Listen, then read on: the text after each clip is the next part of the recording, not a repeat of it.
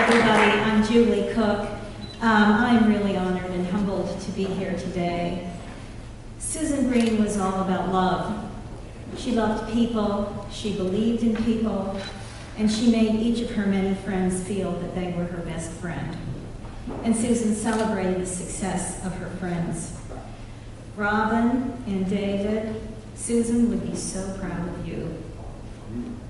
And she would revel in the accomplishments of all the adult learners and supporters in this room, supporters of Valueusa in this room today. Susan and I worked together for Barbara Bush during the vice presidency and the presidency of George Herbert Walker Bush, a man who, with his wife, perhaps the only people I know who had more friends than Susan Green. During these White House years, Susan helped Mrs. Bush give expression to the many causes she cared about, among them learning disabilities, leukemia research, homelessness, help for people with AIDS, and of course, adult literacy and family literacy programs.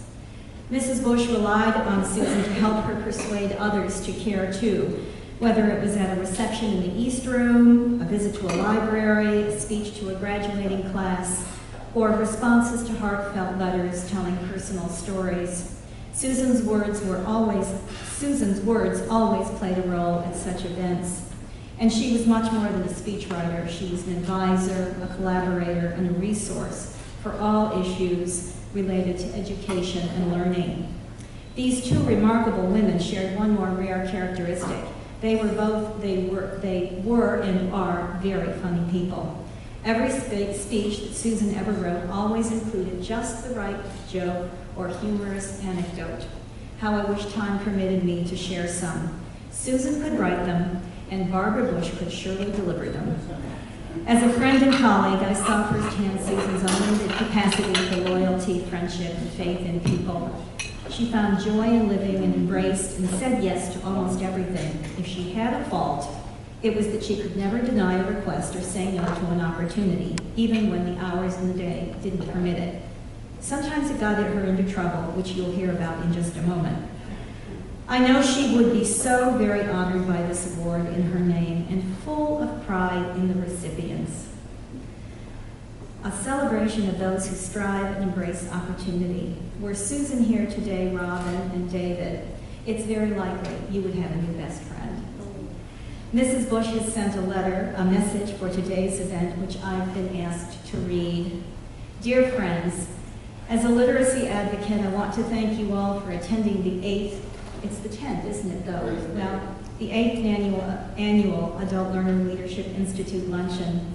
You could not devote your time to a more important cause than literacy and leadership. I was so touched when I learned you would all be handing out the Susan D. Green Memorial Award today. Susan was the most modest of friends, and I suspect would be shocked by having an award named after her. And yet she was the most deserving. Susan was loyal to the core and a tireless literacy advocate.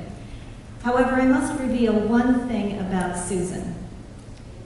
She missed every single deadline I ever gave her, which gave me a heart attack at least once a week, and which I long suspected was the reason for her wild hairdo. But her talent and spirit more than made up for this one tiny thing. Susan was dedicated to the fact that literacy is a human right for all Americans. I loved her very much. This award thrills me. Congratulations to the awardees. May we all strive to live by Susan D. Green's example. Warmly and thank you, Barbara Bush.